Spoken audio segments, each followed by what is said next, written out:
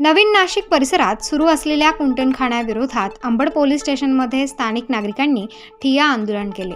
Ambad police station हद्दीतील पवननगर सिडको परिसरातील एका फ्लॅटमध्ये एक संशयित महिला आपल्या कुटुंबासह अवैधरित्या देहविक्री व्यवसाय करत असून दररोज अज्ञात इसम दारू पिऊन आरडाओरड करून परिसरातील महिला व मुलींची छेड काढून परिसरातील नागरिकांमध्ये दहशत निर्माण करत असल्याने हा अवैध व्यवसाय अंबड पोलिसांनी त्वरित कायमचा बंद करावा अशा आशयाचे निवेदन अंबड पोलीस स्टेशनचे वरिष्ठ पोलीस निरीक्षक दिलीप ठाकूर यांना नागरिकांकडून देण्यात आले। यावेळी नागरिकांनी आपल्या भावना व्यक्त केल्या आहेत। आज भीम आर्मीतर्फे लोकमान्य नगर परिसरातील नागरिक आमच्याकडे आले आणि भीम आर्मीतर्फे या ठिकाणी आंदोलन आम्ही छेडत आहे। त्या ठिकाणी अनैतिक व्यवसाय चालू आहे आणि त्या व्यवसायाला त्वरित बंद केलं पाहिजे। नाही झालं तर मी जिल्हा अध्यक्ष या नात्याने एक मोठं आंदोलन या ठिकाणी छेडणार आहे आणि प्रशासनाला हा एक इशारा मी देत आहे असं समजावून लवकरात लवकर हे बंद करण्यात यायला पाहिजे। याच्यामध्ये पीआयनी जातीनं लक्ष घातलं पाहिजे आणि हा जो आहे त्याचे लक्ष देऊन तो लवकरात लवकर धंदा बंद झाला पाहिजे। नाही तर भीम आर्मी तर्फे आम्ही सगळे खूप मोठं आंदोलन करू या विषयासाठी। अगर हा विषय लवकर संपवला नाही तर खूप मोठा मोर्चा सहित आम्ही ते आंदोलन करू। ताई आपलं नाव सांगा। वर्षा कासार। काय प्रॉब्लेम झाला सर, मी जिथं राहते ना, माझ्या एक्झॅक्ट समोरची जी बिल्डिंग आहे तिथे हे सगळे धंदे पाणी चालतात आणि निष्कारण काही लोकांना माहीत नसलं ना ते आमच्या बिल्डिंगमध्ये येतात आणि तिचं नाव घेऊन विचारलं जातं। मी तर 4 वर्ष झाले मला येऊन राहायला। कधी कधी तर मलाही माहीत नसतं की तिचं नाव काय म्हणून असं। मग सांगितलं जातं की बाई मला काही माहीत नाही, तरी आमचे रात्री पण येतात। दरवाजा वगैरे वाजवला जातो की तुम्ही तर राहतात का, मग ती बाई कुठे राहते। मला तर काही माहीत नसल्यामुळे नंतर कळायला लागलं की बाई आता खूप त्रास व्हायला लागलाय। माझ्या 2 छोट्या मुली आहे, मी खेळायला सुद्धा खाली पाठवू नाही शकत। म्हणजे एवढी प्रॉब्लेम खूप झालेले आमच्या इथं आता। आणि आता काय झालेलं आहे की ते बाहेरच्या लोकांना पण आणलं जातं तिथं आणि लिंबू हे काय जे निष्कारण केलं जातं ते सुद्धा आमच्या अंगावर फेकलं जातं, गाड्यांखाली जातं, आमच्या फ्लॅटमध्ये फेकलं जातं। म्हणजे खूप त्रास व्हायला लागला आता। आपलं नाव सांगा। वनिता शांताराम वाणी। काय प्रॉब्लेम आपलं? माझ्या भिंतीला भिंती आहे दादा आणि माझं छोटंसं दुकान लावलेलं आहे मी। माझे मिस्टर गेले आहेत आता करोनात आणि यांचा खूप त्रास होतो त्यांना पण। त्यांनी पण केस केलेली होती त्यांच्यावर।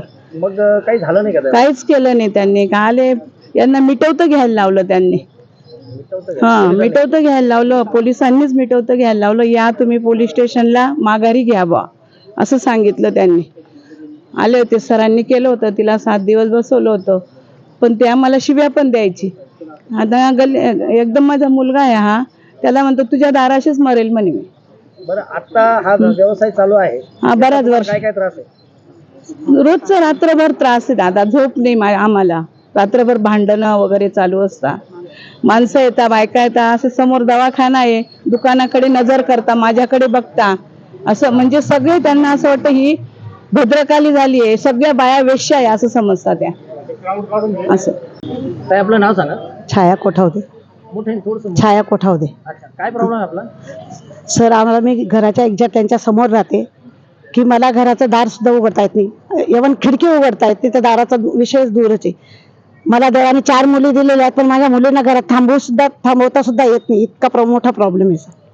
आणि रात्री पहाटे केव्हाही अपरात्री माणसं येतात, कधी असे पिलेले असतात, एवढ्या दारूच्या बाटल्या हे ते आमच्या दारात म्हणजे टाकून जातात आणि खूप म्हणजे अगदी घाणेरड्या शब्दात बोलतात। ते आम्हाला ऐकत पण नाही, मला सांगितलं पण जाणार नाही असे शब्द असतात सर। ताई आपलं नाव सांगा।